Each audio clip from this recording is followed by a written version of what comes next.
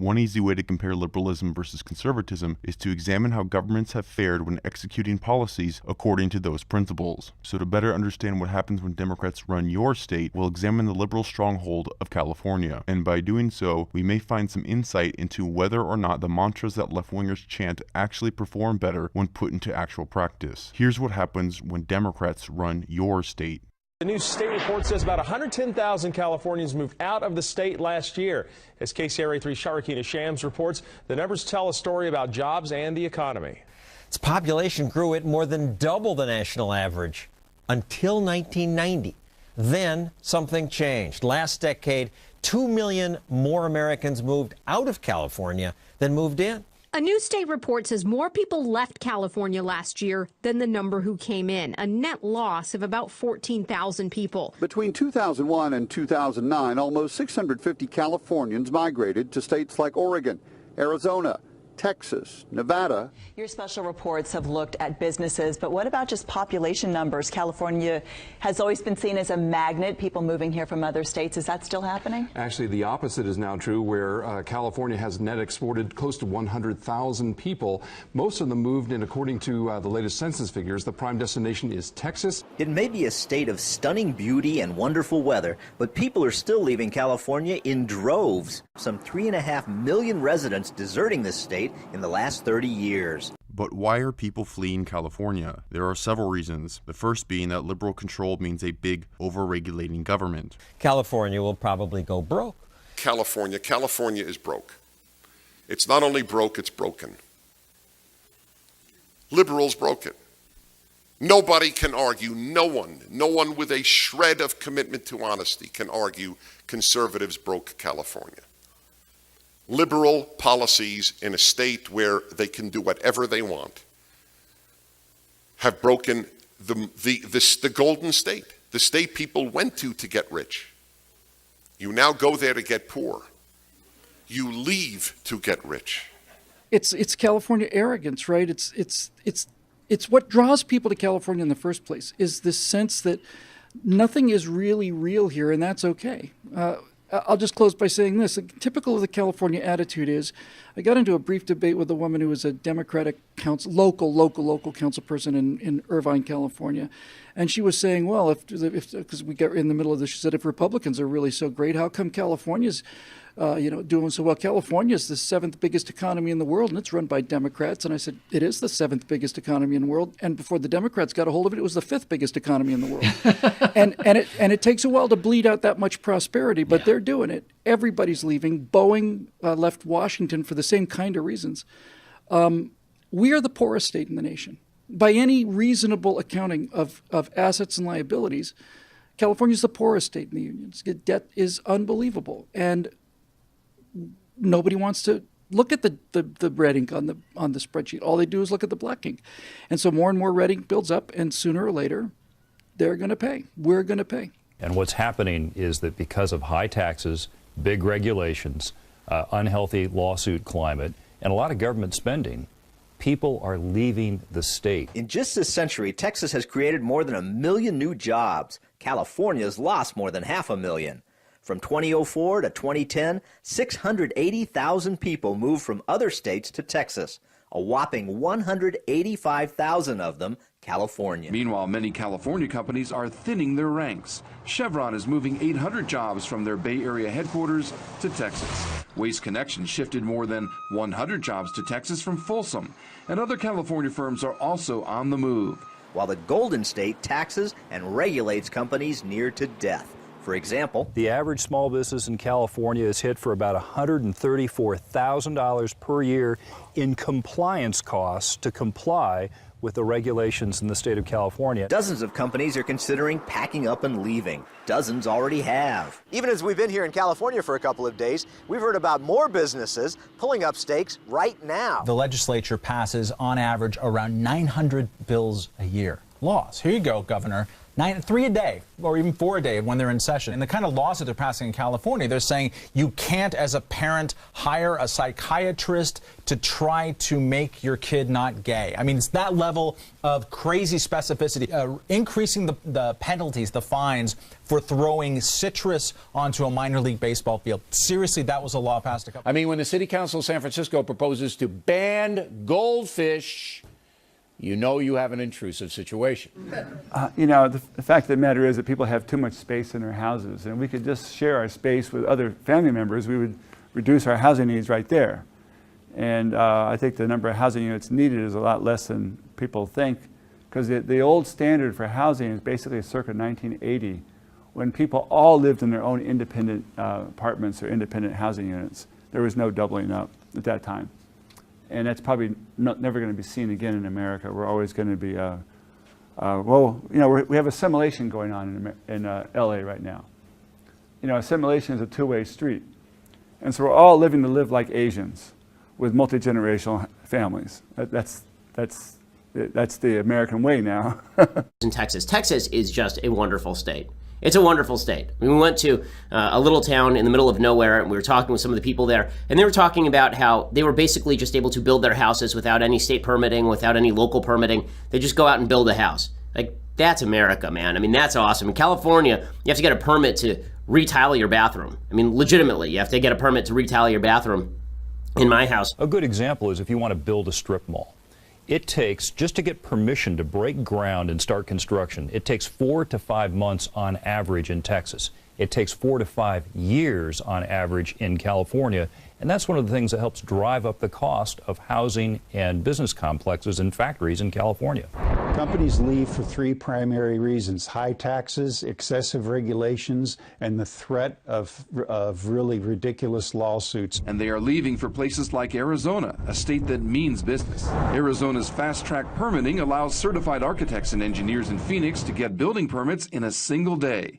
By contrast, Dwayne Woods will tell you that California's process is painfully slow. As the former executive at Waste Management, the largest recycling company in the world, Woods moved his regional headquarters from California to Arizona. We started trying to permit a major recycling facility in LA, at an old landfill site, mind you. That site is still not permitted to this day. How long has that taken? Over 10 years. And after a decade, there is still no facility in California. Yet it took just 2 years to build the same plant in Arizona. If you took a whiteboard and said, how can we make it difficult? How many agencies can we layer on? California's as complex as it can be. It's not an employer-friendly state to that, and it's to that end, it's more difficult, definitely more costly to operate in. Of all states, California ranks dead last for policy friendliness, with key negatives for high taxes, high workers' compensation costs, and high electricity costs. All the green policies, essentially, renewable mandates.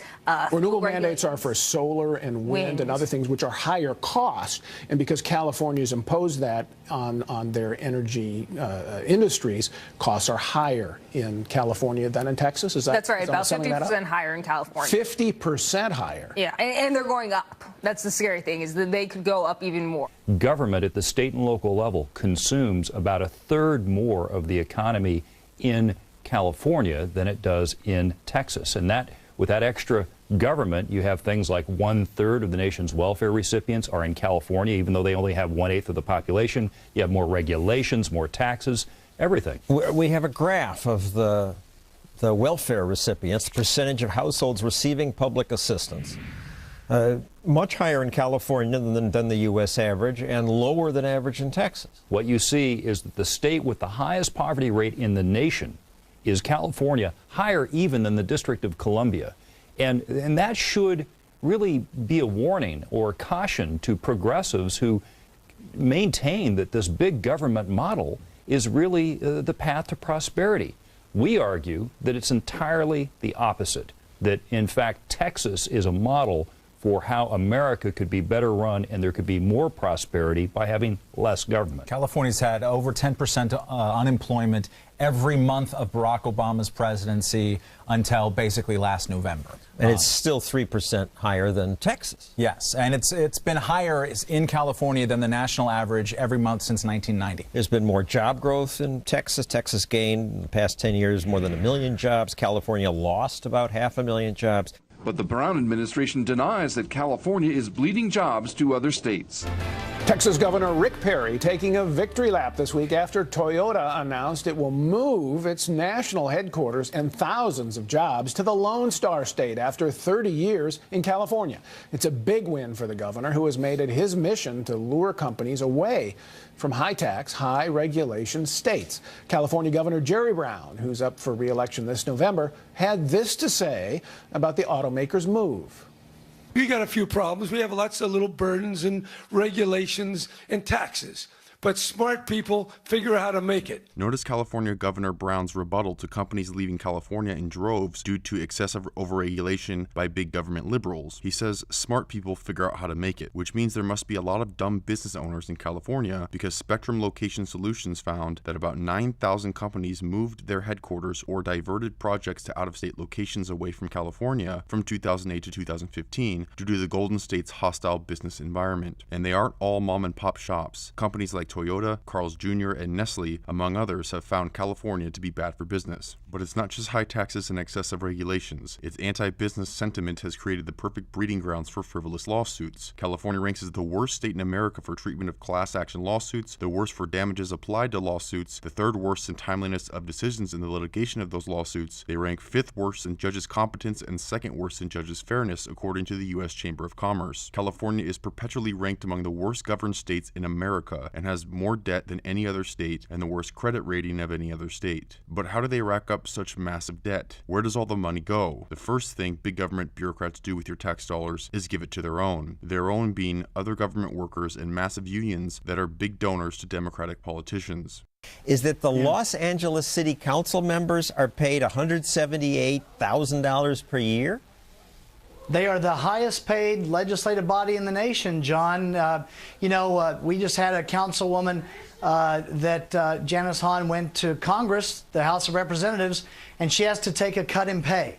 They make more money than United States senators for a Los Angeles City Council. Los Angeles, each councilman is given a car? They get a car that has a license plate that says exempt, so they can park in meters and they don't get tickets. $178,000 per year in Los Angeles versus in Dallas, $37,000, San Antonio, $1,400. California is not a right-to-work state. They have very powerful unions, especially government unions. They are to spend millions and millions of dollars to promote bigger government and higher taxes. 4 California cities have now declared bankruptcy, Stockton the biggest, and San Bernardino. The result isn't pretty. Some 50-year-old retirees were promised they can collect forever. Well, until they die, but actually after that too, because their spouse may collect after they die, and the money just isn't there. Politicians promised them much more money than the town had. So, do the people in San Bernardino realize that's the reason the town went belly up? No. One union blamed the mayor and former city manager for spending money on a downtown movie theater. Yeah, the movie theater is nice, but it's nothing compared to the $45.8 million deficit that the city of San Bernardino is running. And by the way, when they filed for bankruptcy, they had $150,000 in the city bank account. The San Bernardino politicians said, we didn't see it coming. How could they? They owed $46 million. They had $100,000 in the bank. Yes, and they have payments that they're required to pay into CalPERS, $1.8 million a month. And they didn't see that coming with $150K in the bank. Nothing's going to cover these pension obligations, not in San Bernardino, not in Stockton, not in Vallejo, not in Compton, not in any of these other cities in California that are simply failing. California's also going bankrupt. $167 billion in debt. Are you kidding me? That is grossly irresponsible for a state with as many natural resources as California. I mean, these pinheads in Sacramento think they can just spend money and other people have to pick up the tab. Tough times in Stockton, California, with that city, the largest one ever to file for bankruptcy. And city officials are saying it was tough but necessary. Stockton is one of 3 cities now to declare bankruptcy in the state. According to Vice Mayor Kathy Miller, public safety employees were costing the city, on average, more than $150,000 each per year. We heard about that hefty benefit package there and for those employees. How did it get to that point where they were able to collect so much? You know, it happened incrementally over about a 10-year period. and during the 1990s. And Stockton's not alone in this. Cities all across our state, especially, really ramped up enhanced pensions and increased benefits. And one of the benefits that Stockton granted to its employees, which ended up really being the largest single problem that we have financially, is we granted free lifetime medical benefits to our retirees. Wow. The mayor of Stockton, who owns this balloon shop, thinks her city and her country will find a way out of their current malaise. I think we have a good future. I think we're still figuring out how we play that future, what role we have, and how we resume again our prominence in innovation and manufacturing and a lot of those industries. It's a matter of evaluating who we want to be when we grow up. The mayor of Stockton is the owner of a balloon shop. That's right, a balloon shop. And after her incompetence and fidelity to the left-wing policies inevitably ends in failure, she says Stockton is still figuring out what they are, which is interesting because this is a city first established in 1850 and had a population of over 50,000 people by 1950, over 100,000 residents by 1970, and nearly 250,000 residents by the year 2000. And yet she says the city is still figuring out who and what they are. The left-wing state of California ended its 2014-2015 fiscal year negative $175 billion. California Democrats are so liberal with taxpayers' money, they'll spend it on just about anything, as long as it makes them look compassionate and pleases their voter base. In Richmond, California, the Office of Neighborhood Safety was paying young men not to kill each other, with a maximum of $1,300 per month not to kill someone, funded by taxpayers. California Democrats are now pushing legislation aimed at helping poorer families be able to take beach vacations. Assembly Bill 250 would direct the State Coastal Conservancy to develop new, low-cost accommodations and improve existing affordable accommodations with the goal of making a trip to the beach more accessible for families that don't have a lot of money. The city of San Francisco has implemented multiple government-funded projects to curtail the public health problem of feces and used syringes all around the city. And the liberal elitists who inhabit San Francisco says it's everyone else, the people inhabiting the non-coastal states, that are the idiots. People and businesses are leaving California because left-wing belief systems inevitably create a massive government with excessive regulations and overspending on anything that could win them a vote, but also through spending billions annually on illegal immigrants and horrendous public schooling systems. California owes an astounding $167 billion, and it's running an annual deficit of about $9 billion, money that can never be paid back. And what is California getting for all that? High school graduation rate, 37 out of 50 states. Businesswoman Lana Zweigart decided that placing her son in a crowded high school where many students do not speak English was simply not an option. Rather than pay the high tuition costs of a private school, Zweigart decided it was time to move her family and her company out of California. Her story is the story of middle-class Californians and business owners that have simply had enough of the declining quality of life and no longer have any faith that Sacramento and Washington will act to secure the border and protect American citizens. I've been in California for 31 years. I have 2 children, and I have progressively felt the decline of where I live, within my business, within my family. Well, Pomona, when I first moved in, was a wonderful little small community, very family-orientated. I can't go there any longer. With my surroundings of being bombarded by illegal immigration, schools, they're catering to the illegals. Again, I think the primary message is that it is the obligation and mission of our public schools to educate all children, regardless Not of illegals. American immigration status. This is Not a right. illegals. These children have a right to an education. Particularly the border crossing is dear to our heart. We have just recently funded a few projects specifically addressing on the border crossing and to reduce the waiting time as cars come in and to reduce the pollution. What? And we should ask for next question, please. We would like to give the opportunity to the LA downtown office. They're letting people crash faster? Communities that are sometimes threatened or intimidated by giving comment in a language that isn't as comfortable to them. So, este foro va a ser en español y en inglés. En español vamos a hablar y en inglés. For in English, it's going to be in your headset.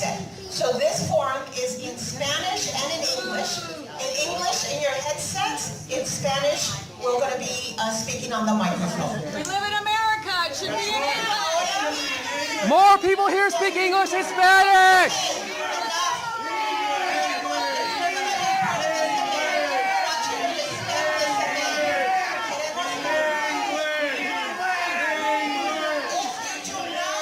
Hey, one of the primary reasons that I'm taking my family out of here is because of the public school system. And if I would have had to send my children to their neighborhood schools, we would have had to speak Spanish in order for him to go there. When we get things from the school district, it comes in Spanish. I speak English, I want things in English, and I demanded that our school not cater to Spanish speaking. They have to learn English. California is ranked among the worst public schooling systems in America and is annually in the bottom 20% of schools nationwide. But the good news is, teachers in California are one of the highest paid in the nation. Despite California ranking 48th of 50 states in math and 49th in reading, the teachers are being compensated pretty well. In 1992, the LA Times wrote an article about A.G. Curry Middle School in Tustin, California, celebrating the diversity by flying 65 flags of students' home countries. The principal said he planned to turn Curry Middle School into a model multicultural school. By 2010, A.G. Curry Middle School was 88% Hispanic, and that same year the school scored a D- in math, a C in language, and a C+ in science for an overall grade of a D+. California hosts 12% of the population and has over 30% of the nation's welfare recipients. With so many leeches on the system, left-wingers have decided to keep them happy. They must spend more because that's the only way people will vote for them, if they get free stuff in return. California spends $859 million per year on imprisoning illegal immigrants. Los Angeles alone spends more than $1.6 billion a year on illegal aliens, $600 million on welfare, $550 million on public safety, $500 million on healthcare. In 2003, 70% of the 2,300 babies born in Stockton's San Joaquin General Hospital were anchor babies. By 2013, the city of Stockton was bankrupt. Protesters packed the San Joaquin County Board of Supervisors meeting demanding that vacant positions at the hospital to be filled immediately because it was so understaffed. Trauma patients were sometimes being directed to Modesto, California, which delayed them receiving medical treatment. San Joaquin General Hospital CEO said an increase in gunshot victims has led to the shortage, with 200 patients being treated per month as opposed to 110 patients per month in past years. Despite illegal immigration sucking money from California, delusional liberals in California say illegal immigration makes the state stronger.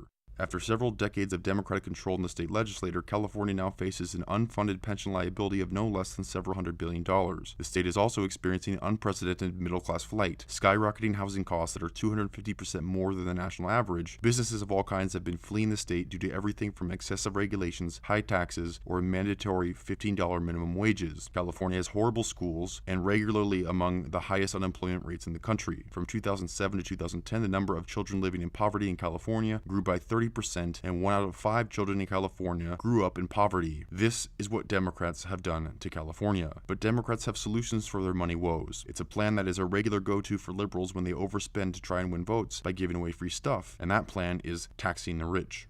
She's called for upping the top tax brackets in America to 80% or more. The wealthiest 1%. I would like to tax them at higher rates across the board on their salary, on their investments, and also on what they're passing to the future generation. Yeah, well, they just passed by a ballot initiative one of the largest tax increases in history. Tax the rich. They've increased taxes by $50 billion. So, yes, suddenly it's going to look a lot more balanced there. But they're also lying. I mean, they're talking about revenue projections that will not come true. It's an annual tradition in California. Your budget looks balanced in January when you propose it. And then when the revenues actually start coming in, you say, oh, there's a shortfall. And that shortfall could be $8 billion. It has been as high as $30 billion in recent years. We'll see that happen again. So clearly, California has serious economic problems. The state has the lowest credit rating of any other state. It's falling deeper into debt. So is this just a reality that they need to face, that deep cuts need to be made because they can no longer spend beyond its means? We should be getting a more equitable system of taxation and taxing the wealthier at rates that are commensurate with other states. We need to be able to raise revenue in an equitable fashion in the state. Californians actually pay a lower tax base than most other states. Where the top marginal tax rate in California is what? 13.3%. And in Texas? 0. 0. That would seem to be That's a an different advantage. That'll even get Freeman's attention. I think it would get anyone's attention. And California has had an issue with its revenue, that is, raising enough revenue to provide the services that Californians need. This is another part of the problem. Notice this college professor's explanation for the problem, that California has a revenue problem. By revenue, she means taxes. But California's problems are not because they don't tax enough or that they don't tax the rich their fair share. That California has the most progressive tax system in the United States. We do ask those who make the most money to pay the highest percentage of taxes. California is among the highest tax states in the country. California has the highest personal income tax of any other state in America, significantly higher than any other state. The Federation of Tax Administrators ranks California as the top taxer with a 12.3% income tax, and if you make over $1 million in the state of California, the income tax rate jumps to 13.3%, nearly 30% higher than the number 2 state of Oregon. The top 1% of earners in California account for over 40% of income tax revenue. California is 4th highest in the nation in per capita corporate income tax revenues. California is the highest sales tax than any other state. California is the highest gasoline tax than any other state. California even taxes carbon emissions. California's problems are not the result of not taxing enough or the rich not paying their fair share. California does not have a revenue problem. California has a spending problem. Turns out giving away free stuff to people in exchange for votes can be very expensive. I think the politicians want to get reelected, and the state government workers want to get as much as they can before the whole house of cards comes tumbling down. The problem is California is Greece, the Greece of America. There are too many people riding in the wagon, not enough people pulling the wagon. Now they've raised taxes, so you're going to see the productive people leaving the state and more people living off the government, voting for more government, but sooner or later, nobody's there to pay the bills. It's too expensive to create jobs. It's too expensive to finance a bloated workforce. It's too expensive to maintain all these pensions. But by the time you reach that level, if more than 50% of the voters in your state are somehow riding on the wagon, are either government welfare beneficiaries, government workers, or the retired living off government, how do you ever change? And that's what makes me so pessimistic. A beautiful state that I think is being ruined by big government. California has failing infrastructure all over, with an estimated $130 billion backlog in needed infrastructure repairs. California just passed another tax increase, a 12 cents per gallon gas tax and 20 cents per gallon on diesel fuel, while also increasing the vehicle licensing fee from $25 to $175 per year, depending on the value of your vehicle, the average fee increasing by $48 per year. California's general fund has increased by $36 billion over the past 6 years, and yet there's no money for infrastructure. The money they should have spent on infrastructure, they spent on their constituents and voters in the form of government handouts. The bad business climate created by liberals forces businesses to flee. With less jobs, unemployment rates become high. Importing immigrants from third world countries who are largely uneducated, unskilled, and speak little to no English makes employing them difficult, so they live off the taxpayer. Never-ending welfare benefits given to the poor provide just enough to get by, and in return generate loyalty to Democratic politicians because the poor depend on them for their income. So voting Democrat is essential to their livelihood.